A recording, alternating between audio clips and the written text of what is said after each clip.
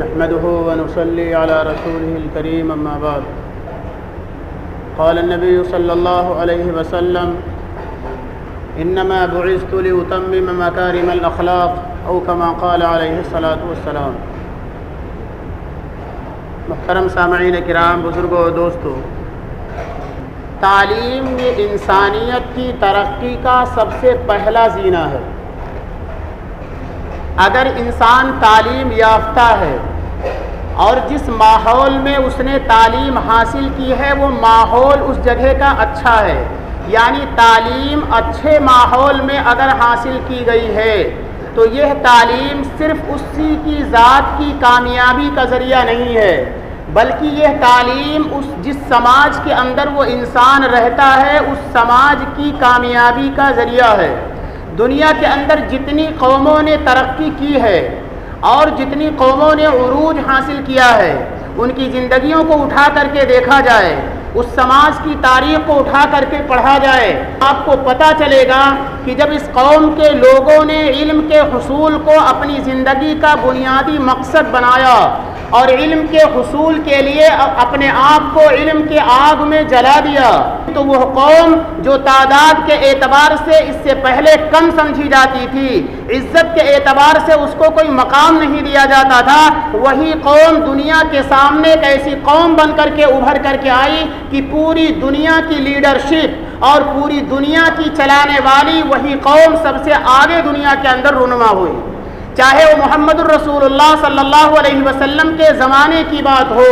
آپ صلی اللہ علیہ وسلم کے صحابہ کی بات ہو، یا اس سے آگے بڑھ کر کے کسی اور زمانے کی تاریخ ہو، یا اس سے پہلے کی تاریخ جو انبیاء آئے ہیں ان انبیاء کے زمانے کی تاریخیں ہوں۔ چنانچہ میں ایک کتاب پڑھ رہا تھا، حضرت مولانا قاری محمد طیب صاحب رحمۃ اللہ علیہ نے لکھا ہے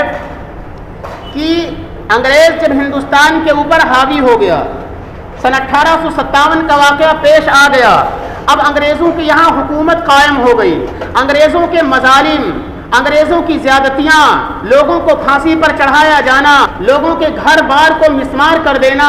لوگوں کی جائیدادوں کو قرق کر دینا، یہ زندگی کا حصہ بنا ہوا تھا۔ جہاں چاہا تھا پھانسی کا پھندا لگا کر کے جس کو چاہا تھا پھانسی پر لٹکا دیا تھا، جس کے ساتھ چاہتے تھے جو ظلم چاہتے تھے کرتے تھے، کوئی اس ظلم کے خلاف آواز بلند کرنے والا نہیں تھا۔ لیکن ان تمام مظالم کے باوجود ہندوستانیوں کے ذہن و دماغ سے انگریز اپنی نفرت کو نکالنے میں کامیاب نہیں ہو سکا۔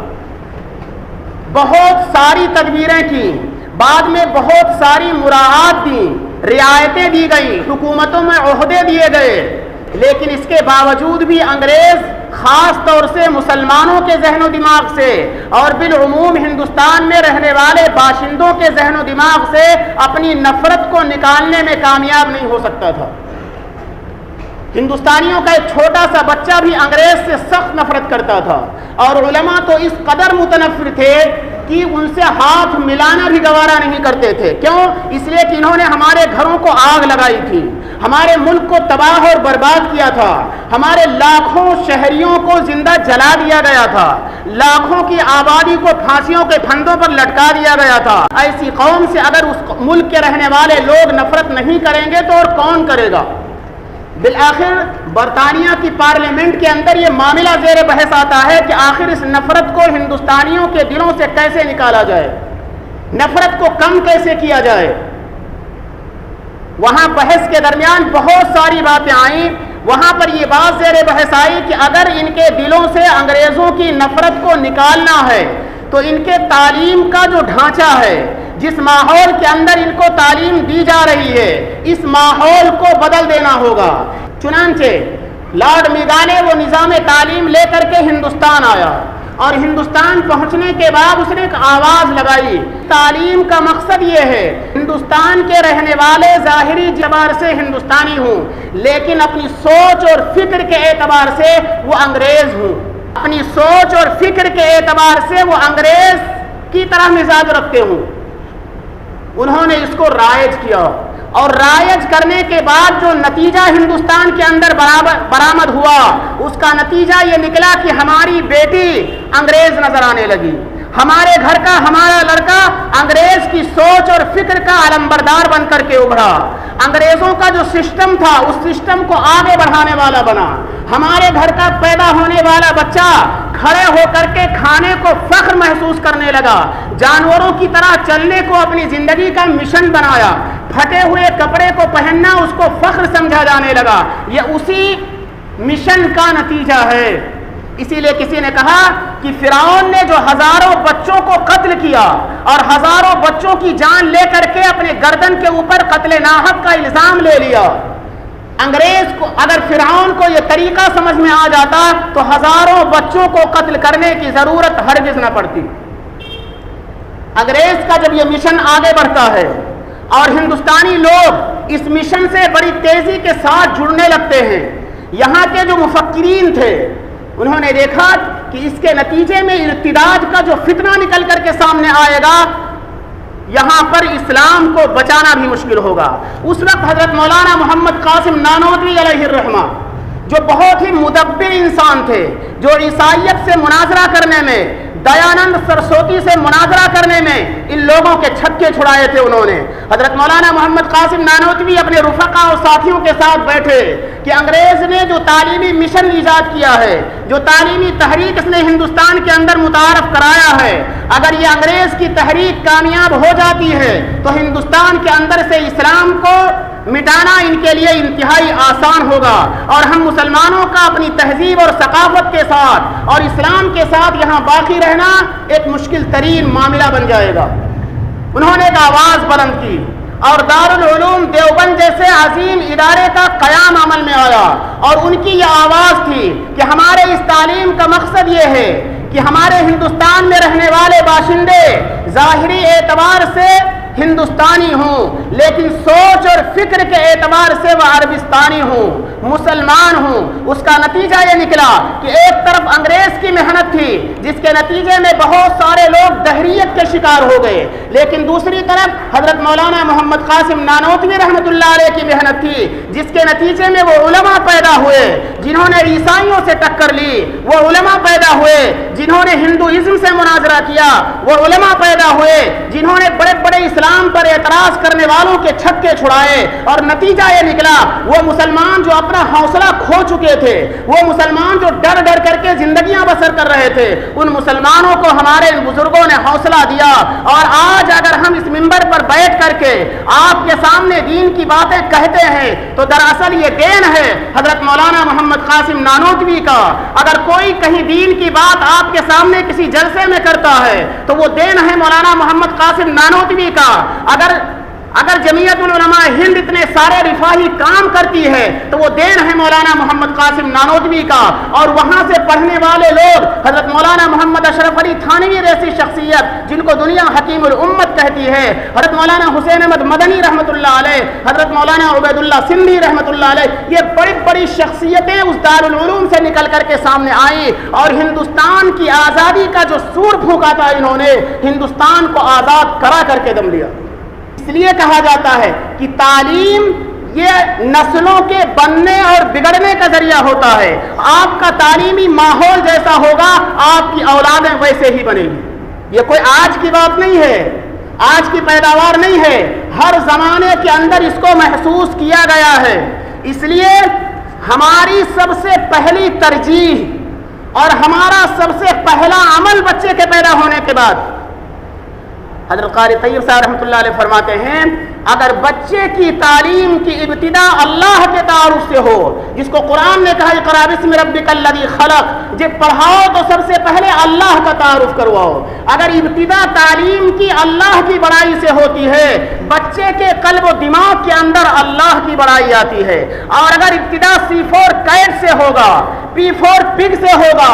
A4 ایپل سے ہوگا تو اس کا نتیجہ اشیاء کی بڑائی دل کے اندر آئے گی، چیزوں کی بڑائی دل کے اندر بیٹھے گی، مادیت پرستی جنم لے گی، اور اس مادیت پرستی کا بھوت جب دل کے اندر سوار ہوگا اور وہ بھوت جب آگے بڑھے گا تو دماغ کو اپنے کنٹرول میں کرے گا، اور جب دماغ اس کے کنٹرول میں ہوگا تو خدا کی بڑائی اس کے دل و دماغ سے باہر ہو جائے گی،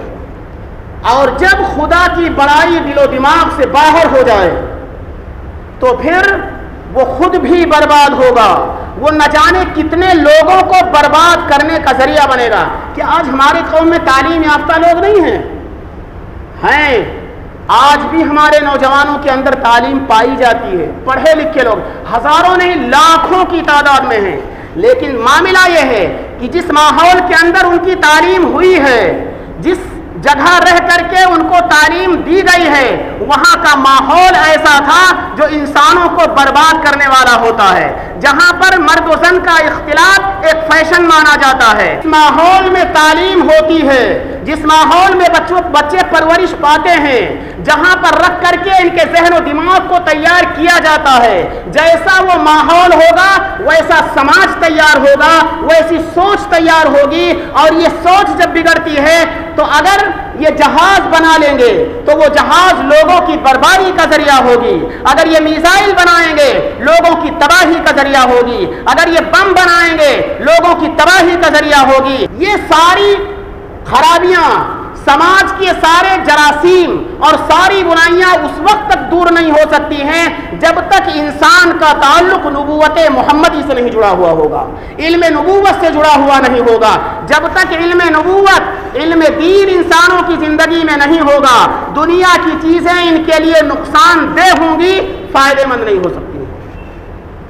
یہ اس سے فائدہ اٹھانے کے بجائے خود اپنی زندگی کو تباہ کریں گے اور دوسرے لوگ بھی تباہی کے دہانے پر پہنچیں گے۔ خالی خوبصورتی بغیر علم کے فتنے کا ذریعہ ہوا کرتی ہے۔